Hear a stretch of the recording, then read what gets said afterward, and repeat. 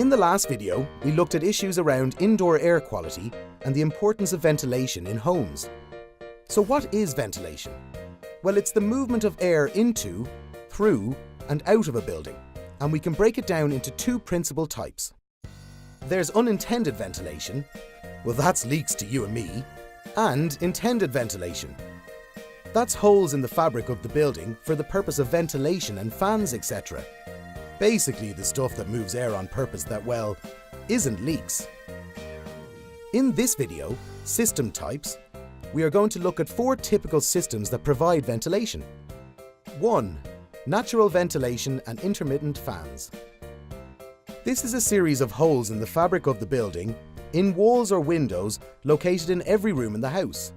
The idea is, we allow air to move into, through, and out of the house naturally because of the wind outside. This process is called cross-ventilation.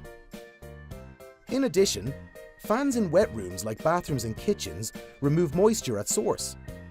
They're called intermittent fans because they're only on for a short period of time, when there's activity in those rooms, usually triggered by a light switch or something else. Once they stop, we rely on the cross-ventilation to manage the rest. Did you know? When you sit in a building with cross-ventilation, on one side you will feel cold air coming in, and on the other side you won't, because warm air is going out. This is what's supposed to happen. If you close a vent, you not only stop the process of ventilation in that room, you can also affect the other side too.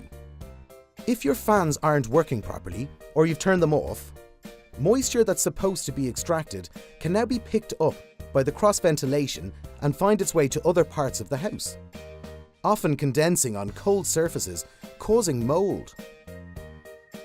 2. Passive stack ventilation, or PSV. Think of a chimney from a wet room in the building to the roof, and you have a passive stack.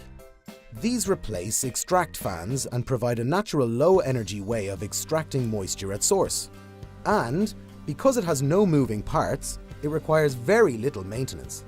As with natural ventilation, we have holes in each room to supply fresh air, except now, not in rooms where the stack is.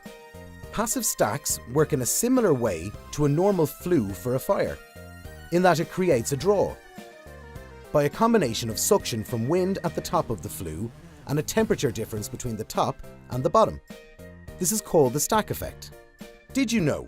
Passive stacks, like fires, rely on wind and temperature difference to work.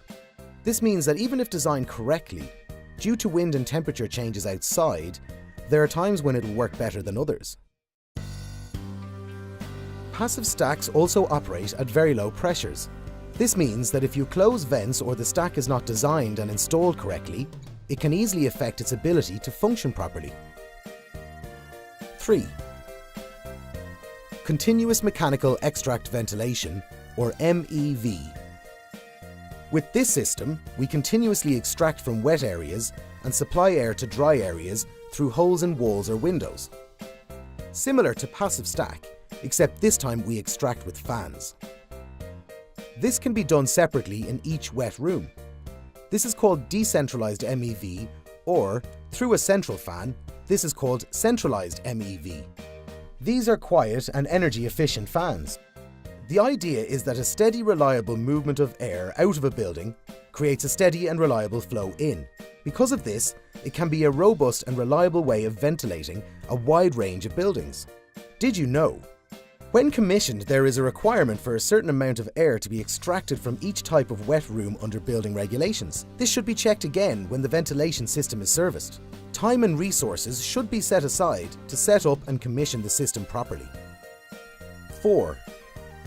Mechanical ventilation with heat recovery, or MVHR. An MVHR system is typically a large centralized unit that both extracts from the wet areas and supplies fresh air to the rest of the building via a series of ducts.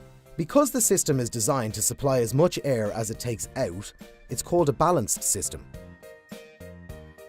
An MVHR system is designed to not only provide good indoor air quality, like the others, but it's also designed to recover heat that would otherwise be lost through ventilation.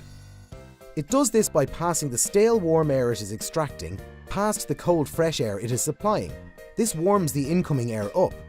It does this in a heat exchanger within the fan unit.